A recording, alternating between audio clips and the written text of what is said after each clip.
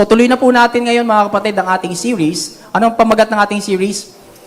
Grace to each one. No? Ito po ulit ay expository study ng Book of Ephesians. Ibig sabihin, binabasa po natin at binubulay-bulay isa-isa. Sabihin ko natin isa-isa.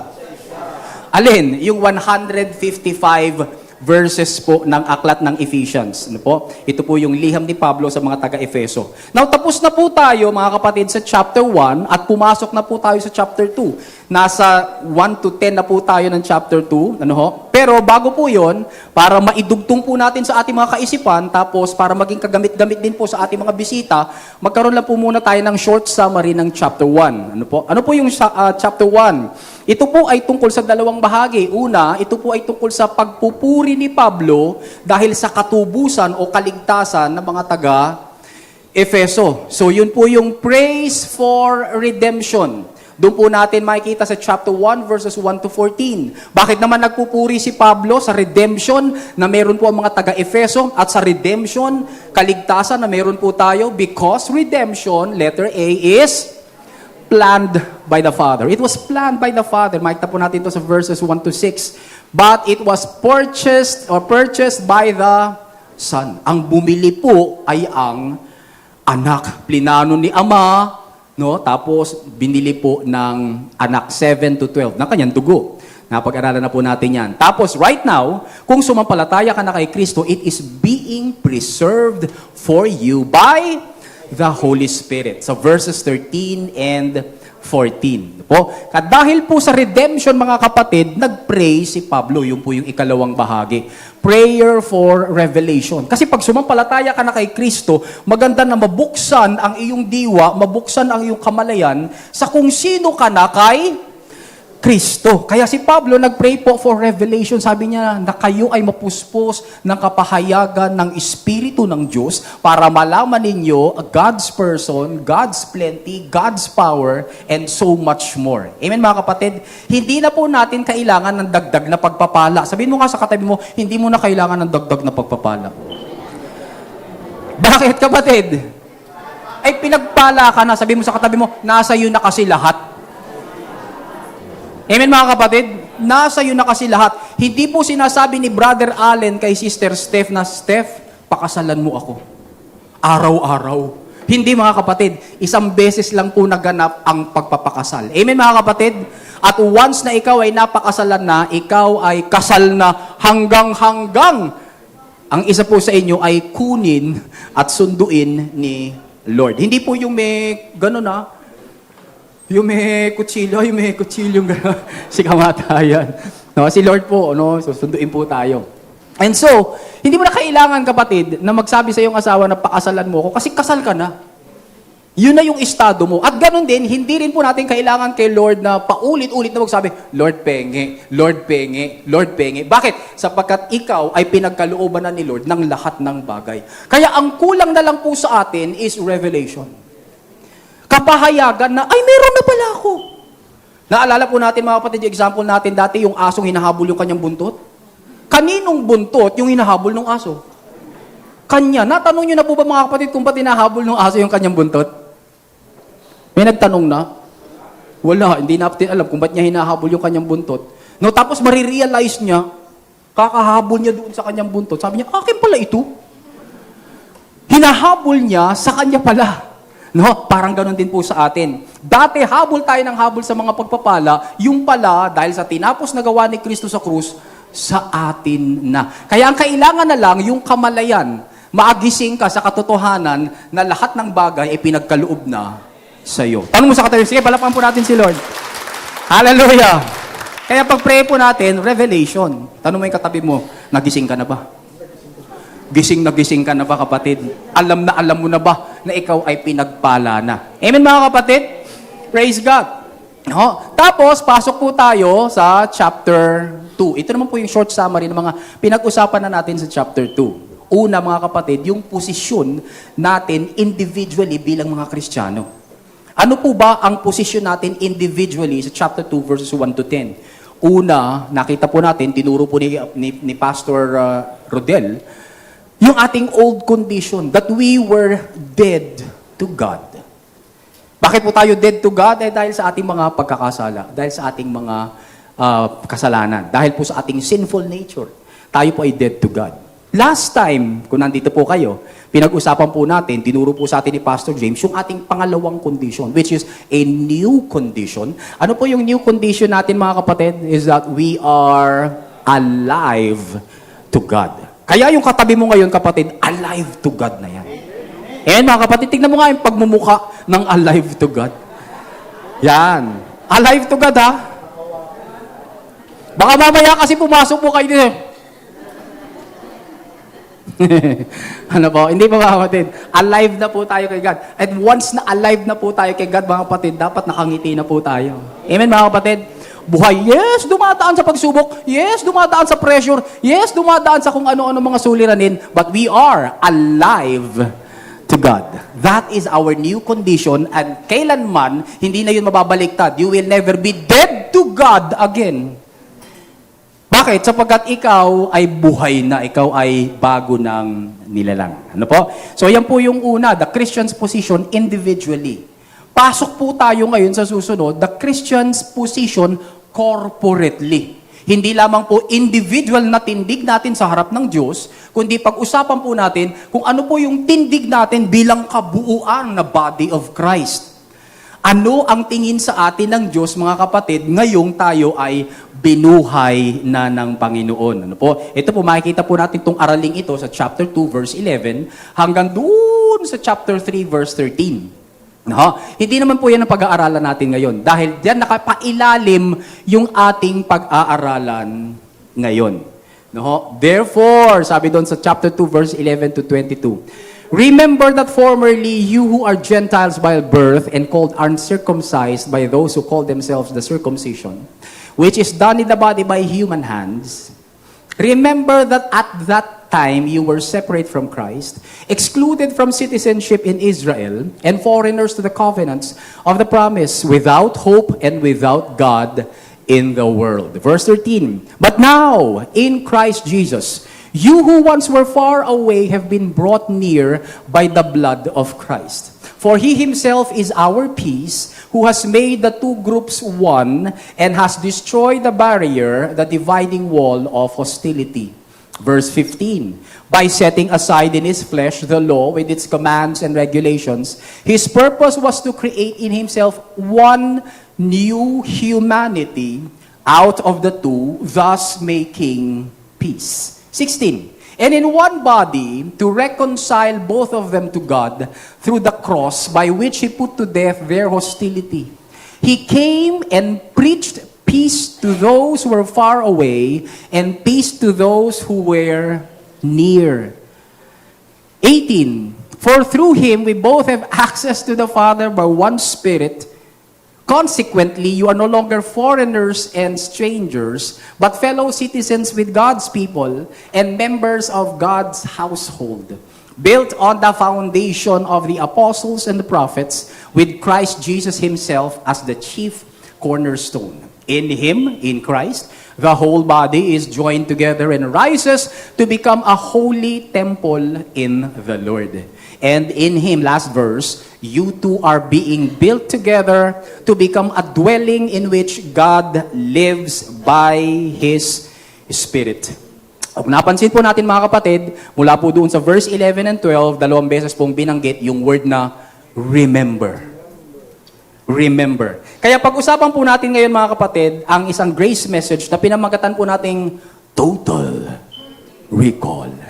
Hindi po yan yung pelikula ni Arnold Schwarzenegger noong 1990. Hindi rin po yan yung pelikula na ni-remake naman ni Colin Farrell noong 2012 na Total Recall. Yung Total Recall pong yan, mga kapatid, yan po yung pag-aaralan natin ngayon. Tungkol po yan sa Ephesians 2, 11 to 22. Okay? So after all that they have learned about their position individually, mga kapatid, what do the Ephesians and what do we Christians, mga kapatid, need to totally recall?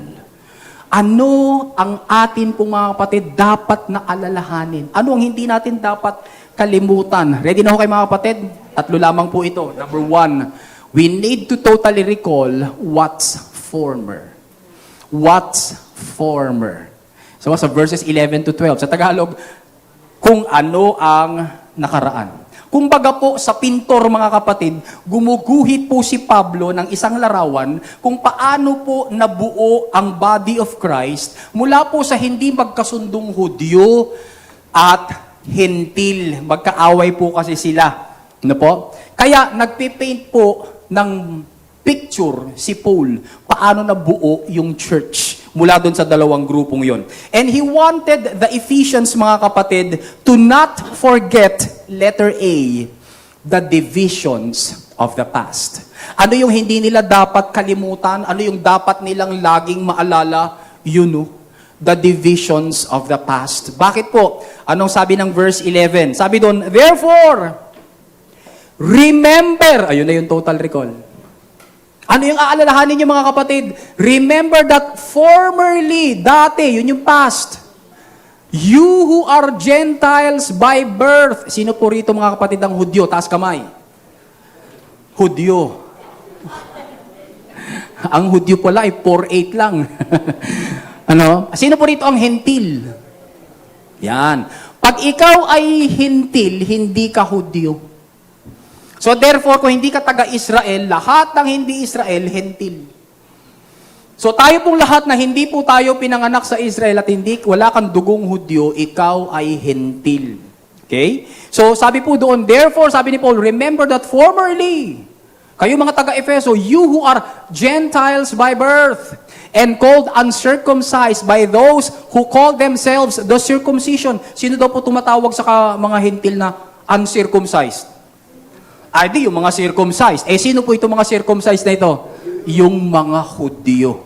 Bakit? Sapagkat inutusan po sila ng Diyos doon sa lumang kasunduan ng kautusan ni Moises na kapag ikaw ay Israelita, ikaw ay tutuliin, simbolo na nakahiwalay ka sa sanlibutan. Kaya lahat ng Hentil noon, supot.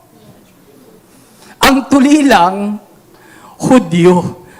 At dahil kami ang tuli, supot kayo. Ang tawag po ng mga the circumcision, which is done in the body by human hands, kayo ay uncircumcised. Wala kayong kwenta.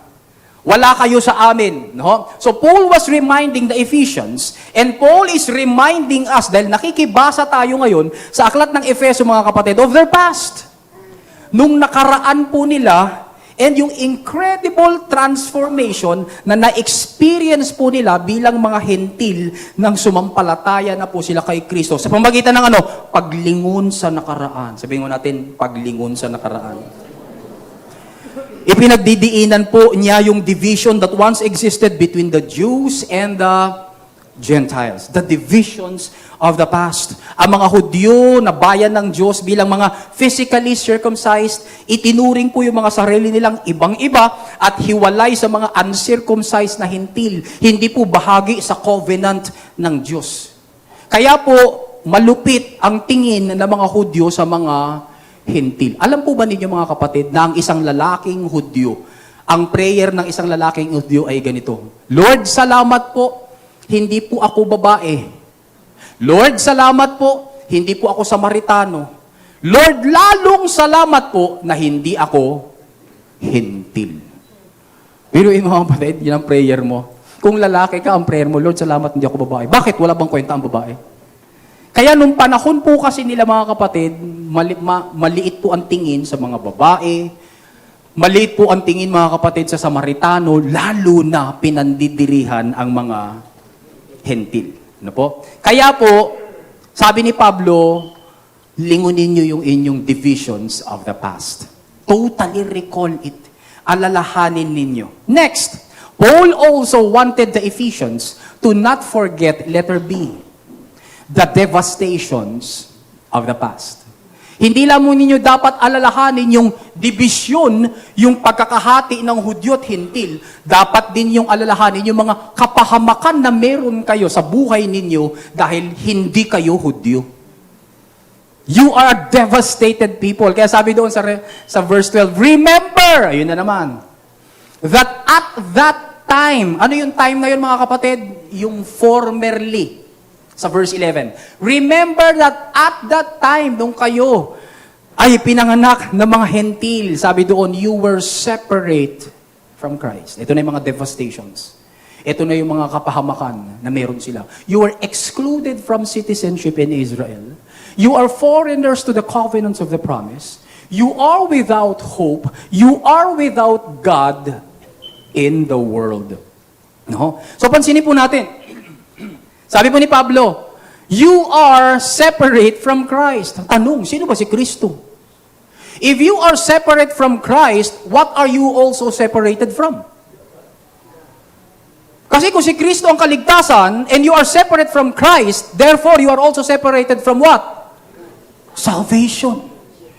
Eh si Kristo ang wisdom. Sabi ng 1 Corinthians 1:30, Christ has been made unto us wisdom. Therefore, if you are separate from Christ, you are also separated from wisdom. Eh si Kristo ang light. Sabi ni Jesus sa John chapter 8, I am the light of the world. So if you are separate from Christ, then you are also separated from what?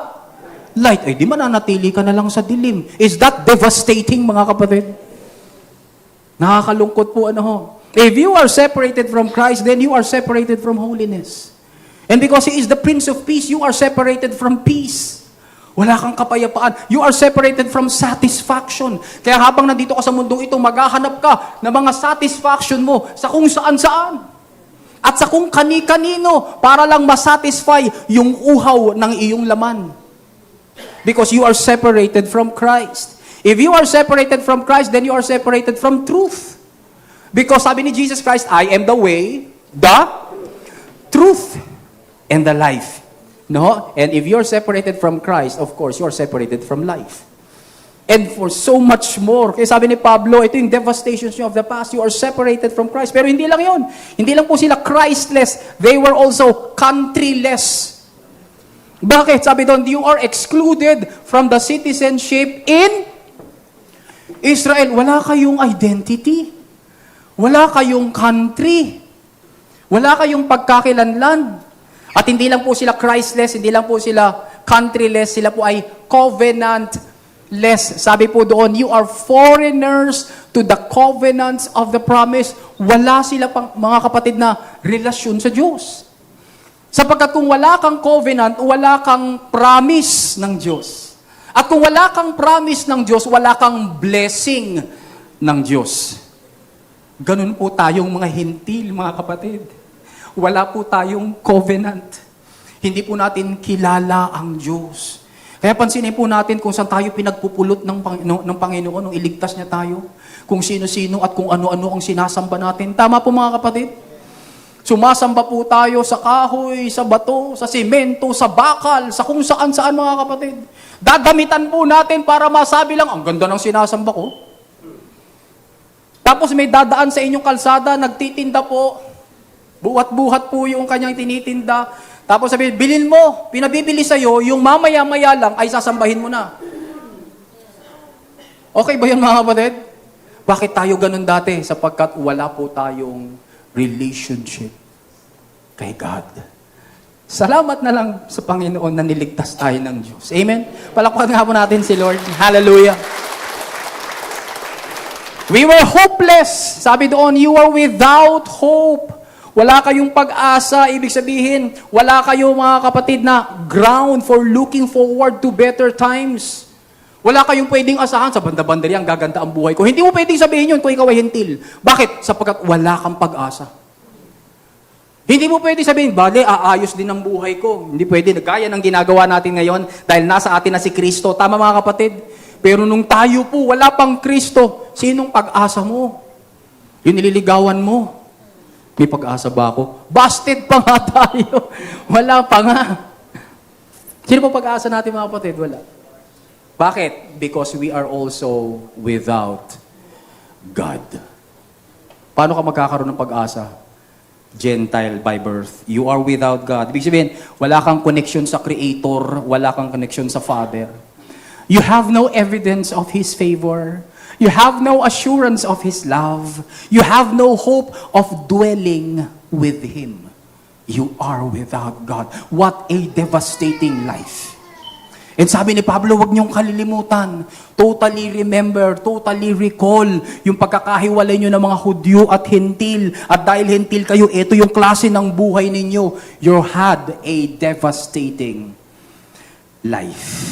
Dati po mga kapatid, we were really helpless, homeless, hopeless. Sabihin nga natin, dati. Sige po, basahin po ninyo.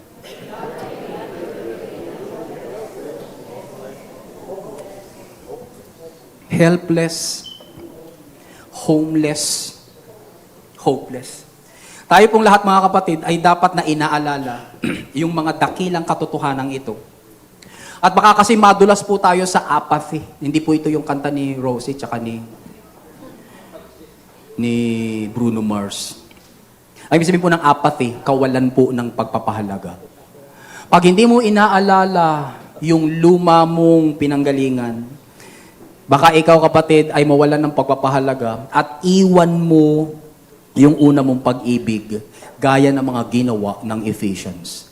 Alam po ba natin mga kapatid na nung sumulat po si Pablo ng aklat na ito ng Ephesians, nabasa po ng mga Ephesians, lumipas lamang po ng 30 plus years, nalimutan na po nila yung love ng Diyos sa kanila. Kalungkutan mo, 30 plus years. Sino po nitong 30 years old? Ang iksi lang noon mga kapatid.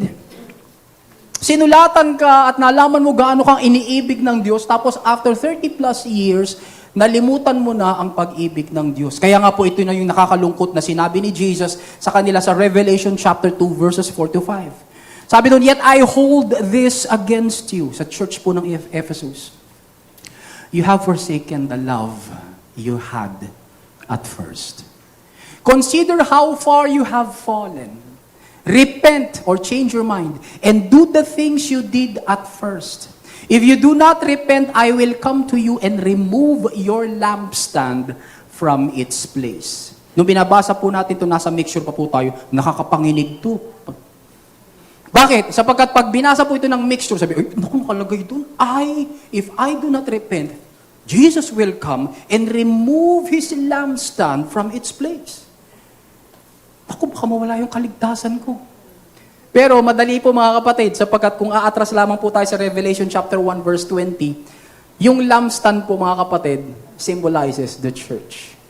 The 7 lampstand are the 7 churches. So hindi yung kaligtasan mo, no? Hindi po yung kaligtasan mo.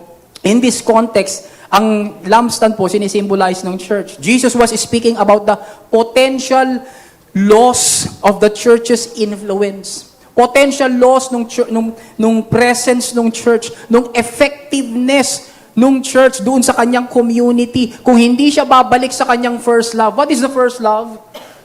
What is the first love, mga kapatid? Love ba ng Ephesians kay God? No. Anong first love?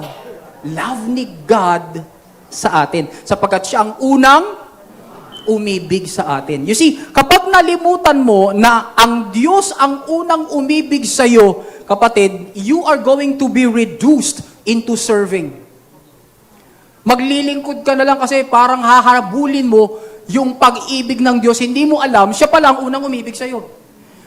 At kaya ka lang naman pala umiibig sa Diyos is because He is the first who loved you. Yun ang nalimutan ng Ephesians.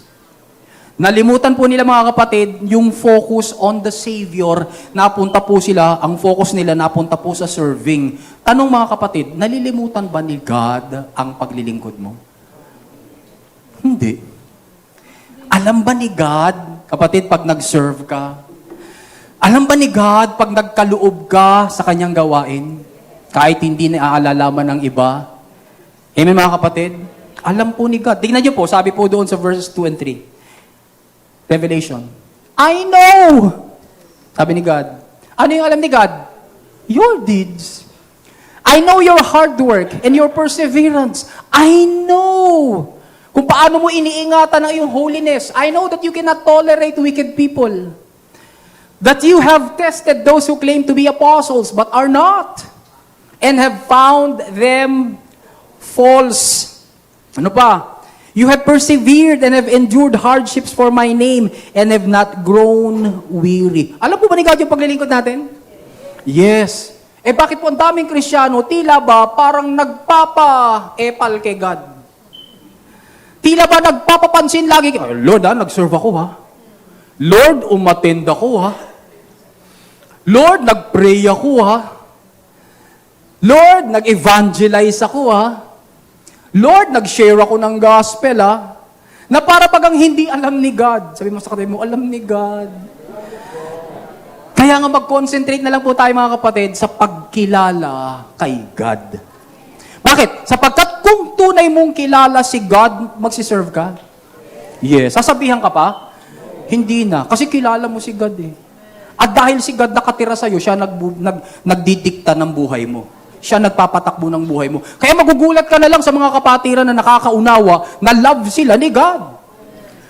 Bakit? Ginawa niya yun. Binigay niya yun. Talagang sinamahan niya yun. Talagang hindi niya talaga pinagkait yun. Bakit? Sapagkat ang kumikilos sa kanya, si God. Nakatuon siya kay Jesus, hindi dun sa service. Pero dahil nakatuon siya kay Jesus, hindi siya nakakalimot mag-serve. Amen mga kapatid? Sabi mo sa katabi mo, sana ganun tayo. Our prayer is sana maging ganun po tayo. Huwag po tayong gumaya sa mga taga-Efeso, nalimutan po nila. They have taken their eyes off of Jesus and were now focusing on their works done on His name. Lord, nagpe-persevere ako ha. Lord, nagsiserve ako Lord, nag-work ako Sabi ni God, I know your deeds. I know your perseverance. I know your walk. Hindi natin kailangan paalalahanan si God sapagkat walang nalilingid sa Kanya. Amen mga kapatid? Sabi mo sa katabi mo, focus on Jesus. Alam mo, pag nagdadrive ka, tapos nadya ka sa Slex, o kaya nadya ka sa highway, tapos o-overtake ka ng malaking truck, saan ka dapat nakatingin kapatid, pagka alam mo nang clear naman na pwede ka nang umovertake? Sa harap. Bago pala ako kung magmamaneho, sabi ko, nag-overtake ko sa malaking truck, tapos nakita ko yung gulong ng truck. Ang ganda ng gulong ng truck, Guess what mga kapatid? Saan ako papunta? Sa gulong. Buti na lang! Kasama ko si Jesus. At ako'y binatukan ni Jesus. At sinabi ni Jesus, eyes on the road. Eyes on front. Amen mga kapatid? Bakit? Kasi pag inalis mo ang tingin mo kay Jesus, mapapahama ka. Madidisgrasya po tayo at bagay na ayaw ng Panginoon para sa atin. Amen? Palakpakan nga po natin si Lord. Salamat sa kanyang pagliligtas. So mga kapatid, sabi ni Paul, totally recall. When was the last time na inalala po natin yung ating salvation experience? When was the last time mga kapatid, nalala po natin yung dati nating kalagayan bilang mga makasalanang didiretso po tayo sana sa dagat-dagatang apoy ng impyerno kung hindi po tayo pinulot ni Kristo. Dahil sa tinapos niyang gawa doon sa krus at muling pagkabuhay. Marahil po mga kapatid, habang pinag-aaralan po natin ito ay mabuting oras for us to pause and to recall our salvation. Because when we totally recall what's former, nai-stimulate po sa atin yung gratitude. Tama mga kapatid? Pagka inisip mo yung nakaraan, nai-stimulate sa iyo yung gratitude, nakakapagpasalamat ka. Tapos hindi lang yun, nakahumble ka. Na-stimulate din sa iyo yung attitude ng humility sapagkat nariyan ka sa magandang pwestong yan ngayon, hindi dahil sa husay mo at galing, kundi dahil sa ginawa ni Kristo para sa iyo. Amen mga kapatid? Kapag naalala mo na 2 beses ka nang nakunan, pagkatapos na 2 beses kang makunan, ikaw ay may gender reveal na ikaw ay may boy pala ngayon. Di po ba't napapasalamat ka? Nasaan na siya, no? Di po ba mga kapatid, nakita niyo po ba? Maki-rejoice nga po tayo sa mga Batalaw family. Hallelujah. Masakit po makunan mga kapatid.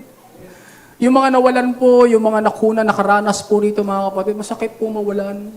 Lalo na kung hindi lang isa, 2. Pero nakita niyo po ba yung talon ni Brother Mark?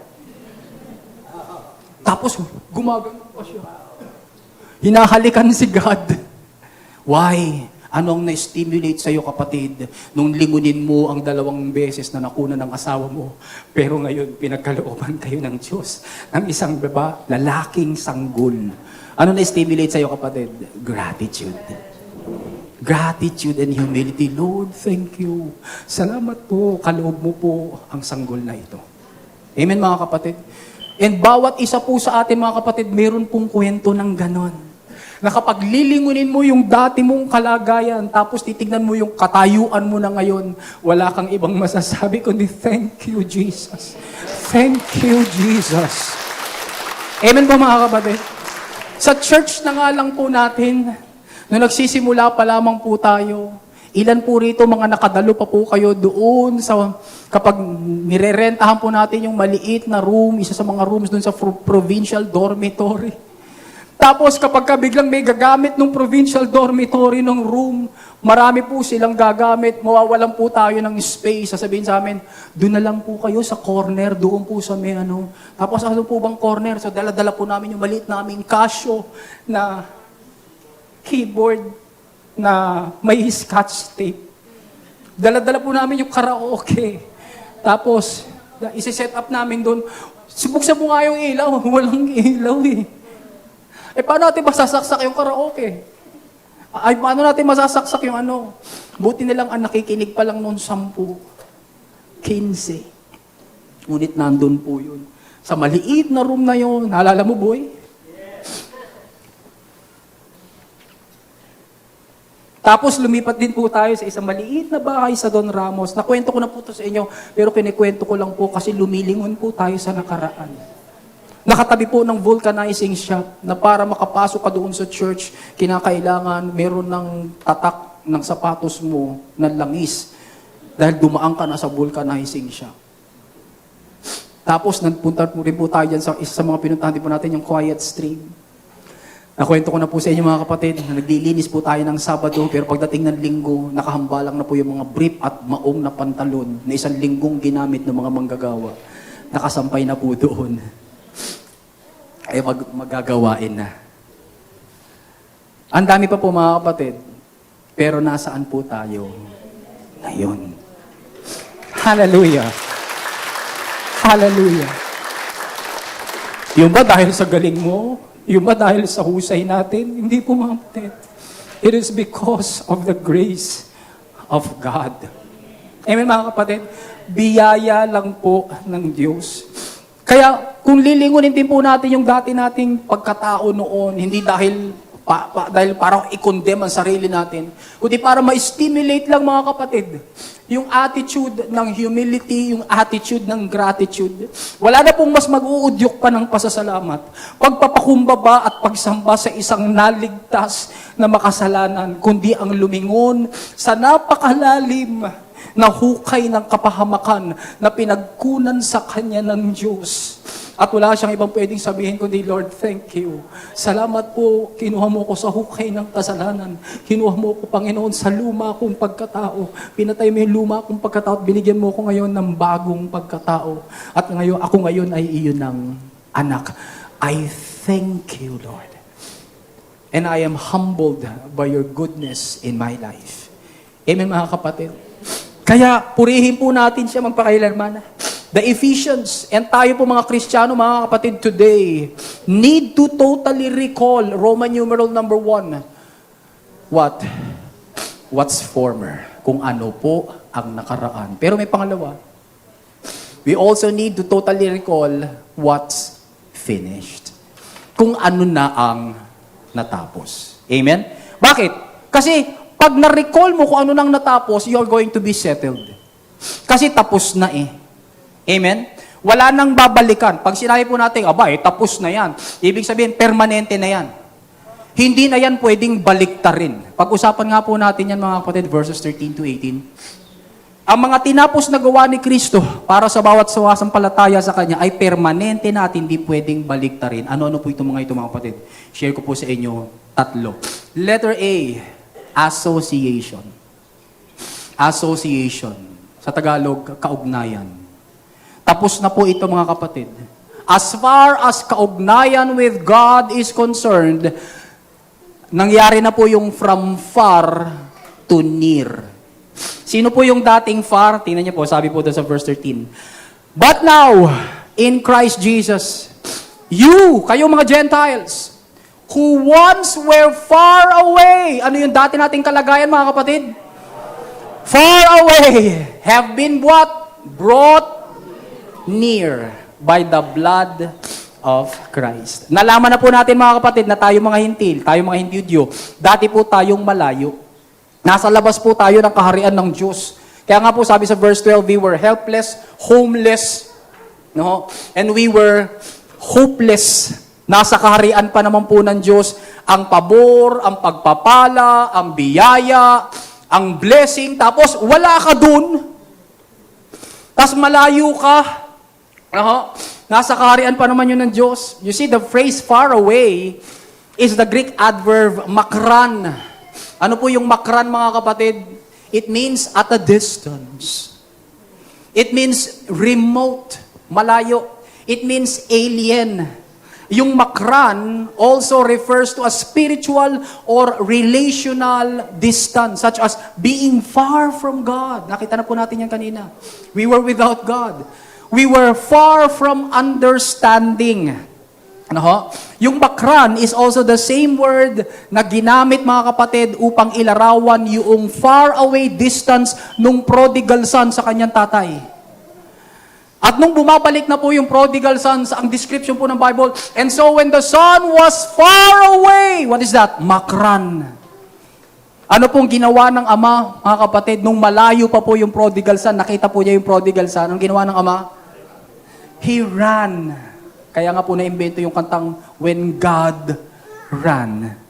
Hindi po tumakbo ang Diyos palayo. Tumakbo ang Diyos palapit sa prodigal son. Taas nga po kamay ng prodigal son. Praise God. God ran towards us. When we were makran. When we were far away. Luke chapter 15 verse 20. Kung paano pong nakita ng father yung prodigal son while he was far off, God also saw us, the far away Gentiles, na wala pong association sa Kanya, na wala pong kaugnayan sa Kanya, and He rescued us. Isinama na po ng Diyos ang malalayong hintil sa plano niya ng kaligtasan. Nahayag po sa aklat na ito ng Efeso na plano rin pala ng Diyos na iligtas ang mga hentil na gaya natin. Papag-aralan po natin yan sa banda-banda riyan. Ephesians chapter 3 verses 6 to 9. Kaya lang, hindi pa po nila alam na nais pala ng Diyos na maligtas sila. Bakit? Sapagkat wala pong kagaya ni Pablo na nagsasabi po sa kanila, uy, nais ng Diyos na ikaw ay maligtas. Amen, mga kapatid? Ano pong application sa atin? May mga kamag-anak ka, pero ikaw ang gagamitin ng Diyos para sabihin sa kanila na nais ng Diyos na sila rin ay maligtas. May kaklase ka, pero walang pwedeng magsabi sa kanya, kundi ikaw na nais ng Diyos na siya ay maligtas. May mga kaibigan ka, may mga barkada ka, may mga katrabaho ka, kapatid. Ito nakakalungkot, mga kapatid. Biruin mo, katrabaho mo, tawanan kayo ng tawanan, tapos ikaw ligtas. Pag nagkamatayan na, siya pupunta sa impyerno, ikaw sa langit. Bakit? Kasi sumampalataya ka kay Kristo eh. Bakit napunta siya sa impyerno? Hindi siya sumampalataya kay Kristo. Bakit kaya hindi siya nakapanampalataya man lang kay Kristo? Walang nag-share sa kanya eh. Sino sana ang pwedeng mag-share sa kanya? Ikaw. Payag po kayo, mga kapatid. Tawanan tayo ng tawanan dito sa lupa. Tapos pagdating po sa buhay na walang hanggan, magkahiwalay tayo. Dahil hindi po natin nabahaginan. Mag-share po tayo ng gospel. Amen, mga kapatid? Let us love the people around us because God first loved them. Ninais po ng Diyos na maligtas sila. Kaya naisin din po natin, mga kapatid, ang buhay po natin ngayon, hindi na lang po sa pagtatrabaho lang, hindi lamang po, mga kapatid, sa pag-aaral lang, hindi lang po, mga kapatid, sa pagninegosyo lang. Ang buhay natin, mga kapatid, ay habang nagninegosyo po tayo, yung mga nakapaligid na hindi paligtas, mabahaginan po natin ang salita ng Diyos. Habang nag-aaral po tayo, habang nagtatrabaho po tayo, yung mga kaopisina po natin, makarinig man lang ng mabuting balita ng biyaya. Amen, mga kapatid? Sabi mo sa Panginoon, Lord, gagawin ko po yun sa tulong mo. Palakpan mo natin si Lord. Hallelujah. Paano po nalaman ng mga Gentiles na sila pong far have been brought near? At paano po sila na-bring near? How were they brought near? Sabi po ng verse natin, it is by the blood of Christ. Balikan nga po natin yung verse na yun, mga kapatid. No, atras lang po ulit. Yan. But now in Christ Jesus, you who once were far away have been brought near. Tapos na o gagawin pa lang? Tapos na. Are you already near? O baka nakalagay dyan sa verse you are being brought near. Ibig sabihin, nasa proseso ng pagpapalapit sa Diyos. Hindi. Sabi po doon, you have been brought near. Therefore, are you already near? What made you near? Hindi, baka mamaya yung nobina mo made you near. Hindi, baka mamaya yung ating pong mga superstitious beliefs made us near. Hindi, baka mamaya naman yung porselas mong bilog-bilog made you near. Hindi, baka mamaya yung iyong kwintas made you near. Hindi, baka mamaya yung iyong mga sakripisyo made you near. O yung paglakad mo ng paluhod mula sa pintuan ng simbahan hanggang doon sa altar, made you near. Hindi, baka naman yung kabaitan mo made you near. What made you near, kapatid? The blood of Jesus Christ. Hallelujah! It is the blood. Dugo ni Kristo, kapatid. Wala kang kontribusyon. Wala kang ambag. Biyaya ang tawag doon, kapatid. Inilapit ka ng Diyos sa Kanya. Tingnan po natin, basahin po natin ito, kapatid. Ang dugo ni Kristo ang pinakamamahaling bagay sa buong sansinukob. Ang isang patak nito ay higit pa ang kasapatan para iligtas ang sangkatauhan mula sa pagkakabihag ng kasalanan. Ephesians chapter 1 verse 7. Ano pa po? Tandaan po natin na ang gusto ng Diyos, maligtas po ang lahat ng tao. Yung basahin po natin sa 1 Timothy chapter 2 verse 4. No question about that. At hindi niya po nais na mapahamak ang kahit na sino, Hudyo man o Hentil. Ang sino mang sasampalataya kay Kristo, Hudyo man o Hentil, ay hindi mapapahamak, kundi magkakaroon ng buhay na walang hanggan. Hindi po nakuhang alisin ng mga dugo ng hayop ang kasalanan ng mga Israelita, Hebrews 10:4. Ngunit ang dugo ni Kristo, nilinis po tayo sa lahat ng ating mga kasalanan. Binili ang ating pangwalang hanggang katubusan. 1 Peter chapter 1, 18-19. Nandun po na may mga talata kung kinukunan ninyo. Hebrews 9:12. At permanente na tayong inilapit sa Diyos. Gaano kakalapit sa Diyos, kapatid? Permanente o mamaya-maya pwedeng baguhin? Permanente. You have been brought near. Tapos, eto ka ngayon, magpe-pray ka, Lord, mapalapit sana ako sa iyo. Lord, mapalapit ako sa iyo. Wala po akong ibang nais pang, iiyak-iyak ka pa, wala po akong ibang nais, Panginoon, kundi mapalapit po sa iyo. Ang drama mo. Sabi ni God, sabi ni Jesus, inilapit na kita by my blood. Ang gagawin mo na lang, ayan na, yung prayer ng revelation. Ano yung revelation? Lord, i-reveal mo nga po sa amin na malapit na nga talaga ako. Kasi malapit na ako eh. Ang kulang na lang, yung tanggapin ko, maipahayag sa akin, na yun na nga pala talaga ako. Mga kapatid, kaya po yung mga babae magsasabi, mahal mo ako? Di nga, mahal nga kita. Hindi, gusto kong marinig. Mahal mo ba talaga ako? Ang kulang doon, mga kapatid, ay yung revelation na siya ay love. Mga magulang, mahal niyo po ba kami mga anak? Oo naman, mahal ka naman namin kayo. Ang kulang, revelation. Kapahayagan na, yes, mahal ka ng hinahanapan mo ng love. Naghahanap po tayo sa tao, understandably, kasi minsan kapos tayo. Amen, mga kapatid? Sabi mo sa tabi mo, alam mo, minsan kapos talaga ako. Kapos ako. Amen, mga kapatid? Kapos ang tao. Pero kailanman kay God, di mo pwedeng sabihin yan. Hindi mo pwedeng sabihin, God, mahal mo ako. Baka sagutin ka ni God, namatay na ba ang anak ko para sa'yo? Naipako na ba ang anak ko para sa'yo? Dumugo na ba ang anak ko para sa'yo? Nag-alay na ba ng kanyang buhay ang anak ko para sa iyo? Wala kang may isasagot kundi, yes, Lord. Yes, Lord. Yes, Lord.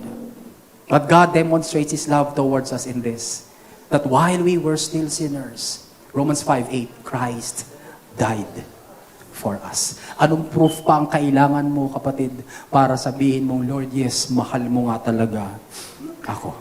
At hindi na po ako mapapalayo sa iyo. Kaya nga po yung awit natin, no? Sa piling mo ay may tunay na ligaya. Ano pa? Sa piling mo, galak sa puso ay nadarama. Dati, ang lyrics doon natin, ayaw ko nang mawalay pa. Tanong, ayaw mo nang mawalay pa? Ba't mawawalay ka ba? Hindi na. Dahil ngayon, alam mo na hindi ka mawawalay, palitan natin. Di na ako mawawalay pa. O Diyos, sa piling mo. The next time na ikaw ay tuksuhin ni Satanas at sabihan sa isip mo, hindi ka mahal ni God. O hindi ka accepted ni God. O hindi ka pinapansin ni God. O naku, naiinis na sa iyo ang Diyos. Kapatid, bumalik ka doon sa pinag-aaralan po natin. Sabi doon, I, formerly who were once far away, have been brought near. By the what? By the blood of Jesus. Palakpakan nga po natin si Jesus. Hallelujah! Pangalawa, mga kapatid, what's finished? Letter B, agreement. No? Hindi lamang po yung association ang tapos na. Solved na po yan, ikaw na far, near ka na ngayon, pagdating mo sa agreement o kasunduan, kayong dalawa, Hudyo at Hintil, kayo ngayon, one na. Kaya nga, from two to one. Permanente na rin yan, mga kapatid. Tingnan niyo po, sabi doon. Bakit po naganap ang association o yung kaugnayan from far to near? Kasi sabi doon, for He Himself is our peace. Kaya naman para nagkaroon ng kaugnayan, kaya nagkaroon ng association, sapagkat si Kristo ang ating kapayapaan. And He has made the two groups one. Ano yung two groups? Jews and Gentiles. Pinagsama ni Kristo. Paano niya napagsama? He has destroyed the barrier. Ano yung barrier? The dividing wall of hostility. Kaya sila magkahiwalay kasi magkagalit sila. Nagkakainisan. Di ba mga kapatid, pag sa bahay o sa trabaho, kung saan man, pagka nagkainisan kayo, hindi naman kayo magka-holding hands ha. Halika, holding hands tayo, nagkakainisan tayo eh. Hindi naman mga kapatid eh. Pag nagkainisan, anong unang magbabag down? Communication. Hindi niyan mag-uusap. Ganon din po sa Hudyo at mga Hintil, hindi nag-uusap. Why? Because there is a dividing wall of hostility. But Jesus destroyed the barrier. Paano niya po dinestroy? Verse 15, by setting aside in His flesh the law with its commands and regulations. Pinagmamapuri ng mga Hudyo, alam niyo kami, magagaling kami sa kautusan. Ha? Wala kayong kautusan, ha? Wala kayong covenant. Ha? So lumabas mga kapatid, na parang naging barrier pa yung law. Dahil yun po yung nagpa-delineate sa kanilang dalawang grupo. Eh sabi ni Jesus Christ, He set aside in His flesh the law with its commands and regulations. Bakit? Anong balak ni Jesus? For His purpose was to create in Himself one new humanity out of the two. Ang layunin po ni Jesus, yung Hudyo at Hentil, pagsamahin po niya, thus making peace. Nasusundan po natin mga kapatid. And in one body. Ayan na. Ano yung body yun? The body of Christ. Kaya ngayon yung body of Christ, hindi lamang po Hudyo lang. Ang body of Christ, binubuo ng Hudyong sumampalataya kay Kristo at tayong mga Hentil in one body to reconcile both of them to God. Paano po tayo na-reconcile? Through the cross. Hindi dahil sa galing mo. Hindi dahil sa pagre-relihiyon mo. We are reconciled to God through the cross. By which He put to death their hostility. Ano pa po sabi mga kapatid? Verse 17, He came and preached peace to those who were far away. Sino yun? Sino yung far away? the Gentiles. And peace to those who were near. Sino yung near? The Jews. Pareho niyang pinangaralan ng kapayapaan, kaya ngayon, yung mga Hudyo at mga Hentil, magkaisa na ngayon. From 2 to 1. Nakuha natin mga kapatid, palakpakan nga po natin si Jesus. Na isa katuparan po yung Isaiah chapter 9 verses 6 to 7. Jesus kasi is the Prince of Peace. Dati po may distansya po ng damdamin ng mga Hudyo at ng mga Hentil. Ngunit ngayon, dahil si Kristo po ang prinsipe ng kapayapaan sa tinapos niyang gawa dun sa krus at muling pagkabuhay, tayo po ngayon at peace na with God and at peace na sa mga Hudyo. Bakit? Kasi yung mga Hudyo, tinignan po yung mga Gentiles na marumi kayo. Yung mga Gentiles naman, kinutya naman nila yung mga Hudyo. Sabi, kaya yabang nito mga ito. Parang minsan, mga kapatid, pag may patay, tayo po mga born again, ang ginagawa natin, mga kapatid, pag may patay? Naghahaluho ba tayo ng ano? Ha? Pag may patay? Hindi ba, kapatid, ang ginagawa natin? Kumakanta tayo. Nagpupuri sa Diyos. Kaya sasabihin ngayon ng mga hindi nakakaunawa, ito mga born again na ito, yung namatay na nagkakantahan pa. Bakit mga kapatid? Hindi po nila naiintindihan na kaya po tayo nagkakantahan, nagpupuri sa Diyos. Sapagkat hindi lang naman condolence nga ang dapat nating sabihin. Kapag anak po yan ng Diyos, congratulations! Bigyan ng jacket yan. Wag na, nakabarong na. May biyak sa likod. Alam mo mga kapatid? Kasi nga, hindi naiintindihan. Pero pag naiintindihan na po natin mga kapatid, nawala na pala yung enmity, yung awayan. Napalitan na po ng unity. Sinira po, nung prodigal son, yung relasyon niya sa tatay niya. Pero ang ginawa nung pagbiyaya niya ng tatay, pinapanumbalik. Sinuutan uli siya ng sing-sing, sinuutan siya ng robe, sinuutan siya ng panyapak, ni-restore po siya sa dati niyang kalagayan. Ganon din po tayo mga kapatid. Tayo po ng mga nilikha ng Ama, nawalay po tayo sa kasalanan. Pero dahil sa krus ni Kristo, mga kapatid, God reconciled the world to Himself. Kaya tayo po ngayon, mga kapatid, dinamitan na ng robe of righteousness. Binigyan na po tayo ng shoes of the gospel of peace. Tayo po ay biniyayaan na at pinagpala na, mga kapatid. Amen, mga kapatid? Kaya yan po yung what? Finished. Tapos na po yan. No, magkaisa na ngayon ang Hudyo at Hentil. Gusto niyo pa ho? Letter C, acceptance. Pagtanggap from unavailable to accessible. Permanente na rin yan. Dati, unavailable si God sa iyo. Hentil ka nga eh. Hopeless ka nga eh. Wala kang ang God. Pero ngayon, sabi doon sa verse 18, for through Him, we both have access to the Father by one Spirit. Tingnan niyo po ito, nandito lahat ang Trinity. For through Him. Sino si Him? Si Jesus. God the Son. We both have access to the Father, God the Father, by one Spirit. A Holy Spirit. God the Holy Spirit. In just one sentence, in one beautiful sentence about acceptance. Ibig sabihin mga kapatid, para maganap ang pagtanggap ng Diyos sa iyo at sa akin, pinagtulong-tulungan po nilang God the Father, God the Son, God the Holy Spirit. Hallelujah! Ganda ano po mga kapatid? Kaya involved si God sa iyo. Napansin po natin yan mga kapatid, pansinin po natin para ma-bless po tayo pag binasa niyo po yan mamaya pag-uwi niyo sa bahay. Kaya wala akong pwedeng magmapuri kung kaninong church, kung kaninong religion ang daan patungo sa Diyos. Amen mga kapatid? Wala pong advantage kung ikaw man ay Hudyo, walang advantage kung ikaw man ay Hentil, walang advantage kung ikaw man ay mapera, walang advantage kung ikaw man ay may pinag-aralan, walang advantage kung ikaw man ay tanyag o sikat. Bakit? Dahil tanging kay Kristo lang at si Kristo lang ang daan tungo sa Ama, papunta sa langit. John chapter 14 verse 6. Yung si Jesus Christ po, siya po yung high priest natin. Kasi pinagmamapuri po nung mga nasa mixture pa po tayo, ay, hindi! Magkadugtong ang lumang tipan tsaka ang bagong tipan. Mga kapatid, hindi po.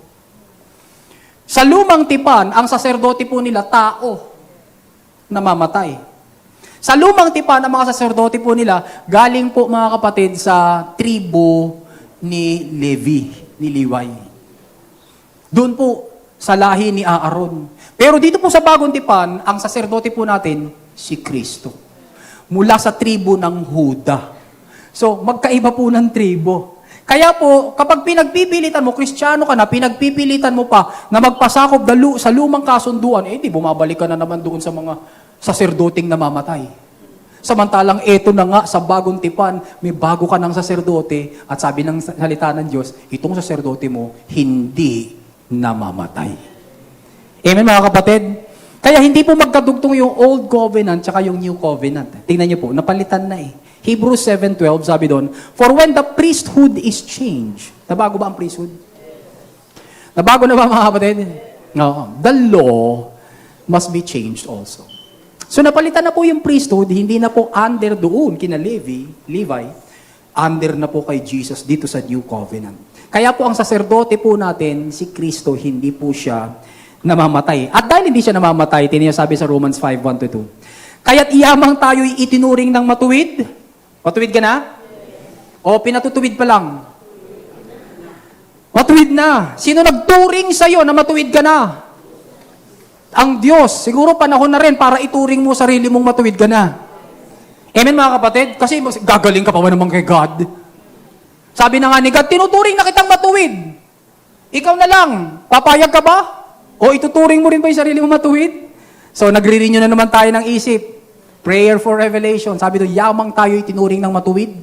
Sa pamagitan ng ating pananampalataya, mayroon na tayong pakikipagkasundo sa Diyos sa pamagitan ng ating Panginoong Hesu Kristo. Sa pamagitan din niya ay nabuksan ang daan upang tamasahin natin ang ano? Kagandahang loob. Yung biyaya po ba ng Diyos, sarado, bukas? Bukas. Sabi mo sa katabi mo, pasok na. Sakay na. Tamasahin na po natin mga kapatid. Nabuksan na po yung daan para tamasahin natin. Sa pamagitan ng ano?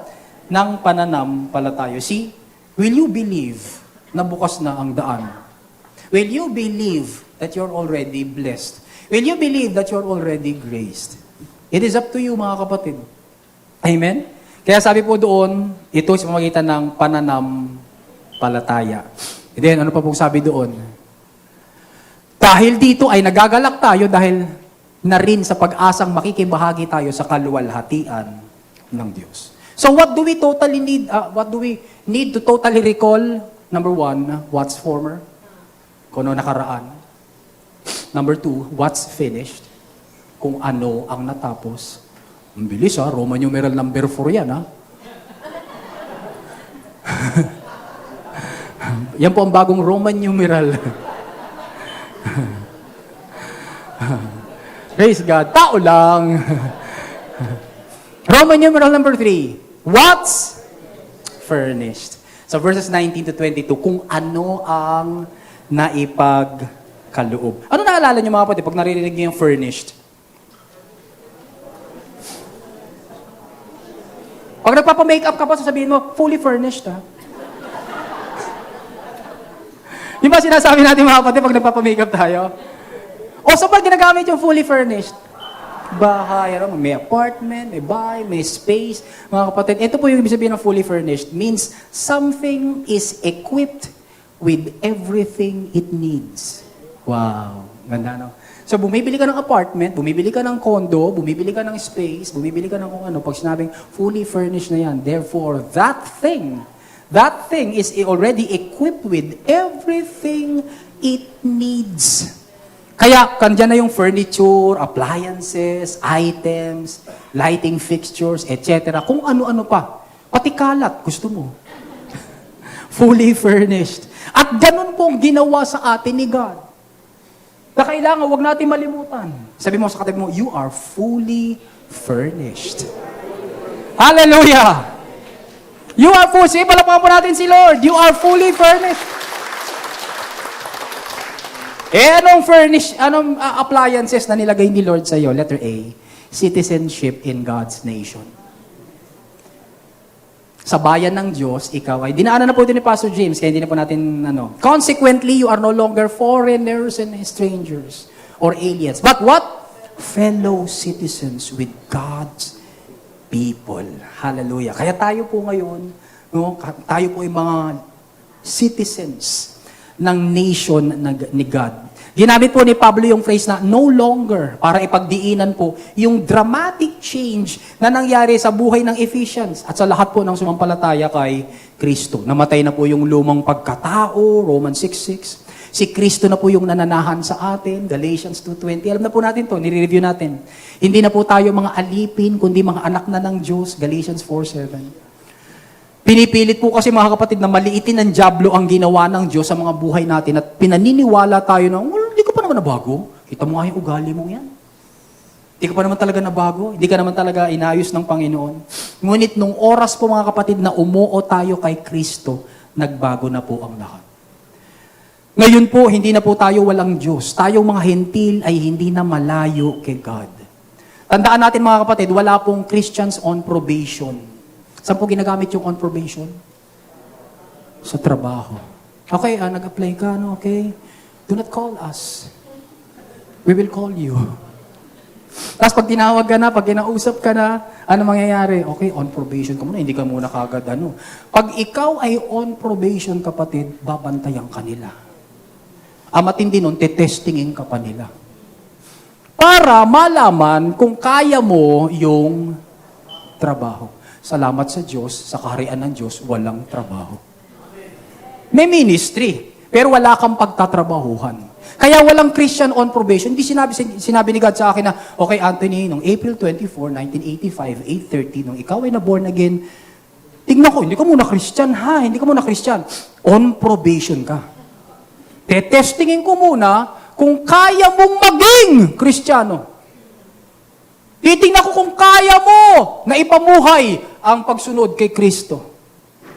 Tapos, doon ko palang ibibigay sa iyo yung title na Christian. Wala akong ganun mga kapatid. Nung oras na sumampalataya ka kay Kristo, kahit na anong ugali mo, kahit na anong pinagdadaanan mo, kahit na anong mga problema mo, ano man yung sitwasyon mo, basta't nung sumampalataya ka kay Kristo, ikaw ay anak ng Diyos. Hallelujah! You are a citizen of God's nation. Hallelujah! Hindi ka natitestingin pa. Na-preach na po dito, hindi ka naman susubukin ni God because you are His child. Amen mga kapatid? Ni minsan, hindi ko pa sinabi kay Phoebe at Ephraim, okay Phoebe at Ephraim, dumaan kayo dyan sa cliff, dyan sa may bangin, para masubukan lang talaga natin kung marunong na kayong maglakad. Hindi mga kapatid. Yung tatay natin po sa langit, hindi ka rin niya susubukin para malaman lang niya. Kaya nga blines ka na niya Pinagpala ka na niya kapatid. And in fact, hindi mo ba alam na talagang alam naman talaga niya kung ano man ang mga nangyayari sa buhay mo? Kaya nga, sabi niya, okay, since ito kasi mapapahamak to pag iniwan ko pa to, matirhan ko nga. Titirhan ko na. Kaya ngayon si God, nakatira na po sa atin. God the Father, God the Son, lives in us. John 14:23. God the Holy Spirit lives in us. 1 Corinthians 3:16. Nakatira na po sa atin si God. Bakit? We have been fully furnished. With what? Citizenship. Pangalawa, we are also furnished with membership in God's household. Sabi doon, and also members of His household. Hindi ka lang pala citizen ng bayan ng Diyos. Ikaw pala ay miyembro ng pamilya ng Diyos. Dito po sa bagong tipan ng biyaya, mga kapatid, tayo po mga mananampalataya ay tinatawag na mga anak ng Diyos. John chapter 1 verse 12. Miyembro na po tayo ng kanyang pamilya. Kasi kung anak ka na, ano mo siya? Di ama. Sabi ng John chapter 1 verse 12, ang lahat ng sumampalataya at tumanggap kay Kristo ay binigyan niya ng karapatang maging mga anak ng Diyos. So if you are a child of God, then God is your Father. If God is your Father and you are His child, then you are a member of His family. Amen? Kaya ito po, maliit na porsyento lang po ito ng pamilya ng Diyos. Local church lang po tayo. Pero marami tayong mga kapamilya No, nandoon sa iba't ibang mga dako, mga nagsisampalataya rin kay Kristo. At meron din tayong mga kapamilya, nandoon sa Israel, Hudyo. Pero kasama po tayo sa one body of Christ dahil pinagsama na po mga Hudyo at Hentil. Amen? Ang ganda, no? At miyembro na po tayo ng kanyang pamilya, ama natin ang Diyos. 2 Corinthians 6:18. Kuya natin si Kristo. Matthew 12:50. Sabi ni Jesus, sino ba naman ang aking sisters? Sino ba naman ang aking brother? Sino ang aking mother? Kundi yung gumawa ng kalooban ng aking ama. Tanong, ginawa mo na ba ang kalooban ng ama na kilalanin si Kristo? Yes, therefore, you are His brother, you are His sister, you are His mother. Kaya sa totoo lang, si Kristo po ang ating big brother. Hebrews chapter 2, verse 11. That is what's furnished. Pangatlo and last. Partnership in God's ministry.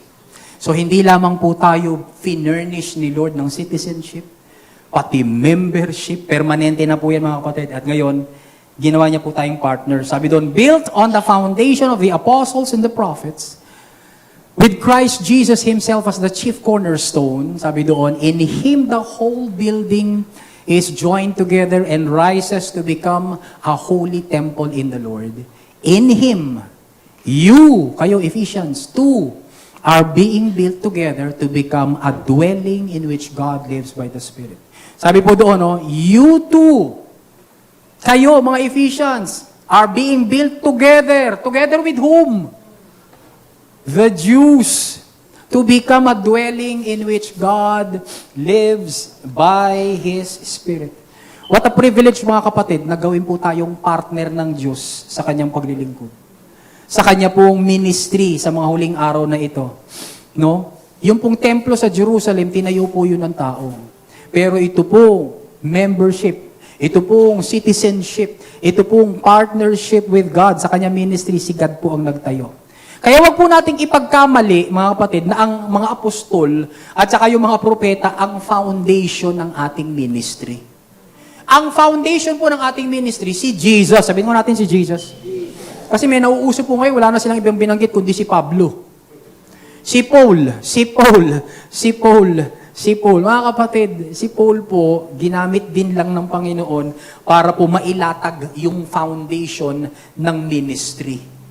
Okay? Pero ang foundation po natin, si Jesus. In fact, siya po yung ating panulukang bato. Sabi po doon sa talata, He is the cornerstone. Ano po yung cornerstone? Yung po yung bato na nandoon sa sulok ng building at yun na nagdedetermine ng direksyon, papaganon, tsaka papaganon. Kaya kapag siya nandoon sa sulok, mga kapatid, si Kristo, siya na yung nagdetermine ng ating destiny. Siya na po yung nagdetermine ng kung ano mga blessings para sa atin. He is our cornerstone. Therefore, He is the rock, the only rock on which we stand. Wala na po tayong ibang titindigan kundi si Kristo. Because of Christ, we are joined together, built up together, and we rise and grow and mature as one holy body. Last thoughts, mga kapatid, si God holy.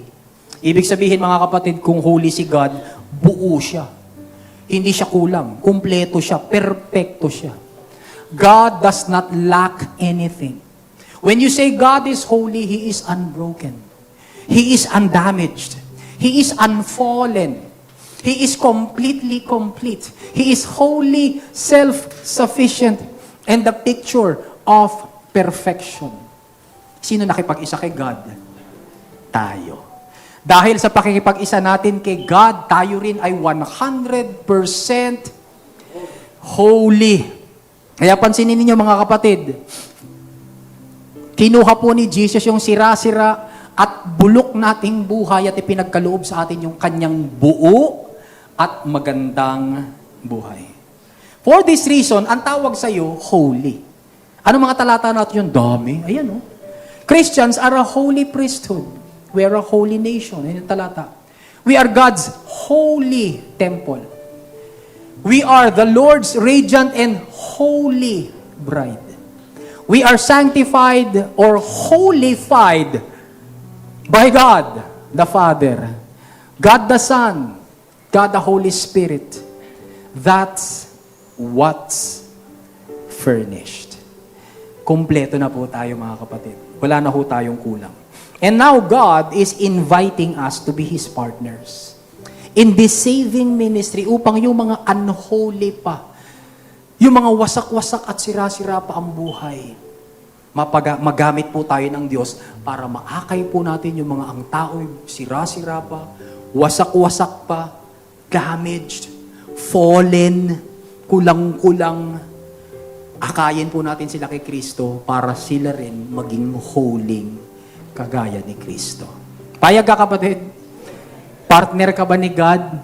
Yes. Will you say yes to the invitation of God to join, to be His partner sa ministry? Take away mga kapatid. With the help of God, I will totally recall. Ano yun?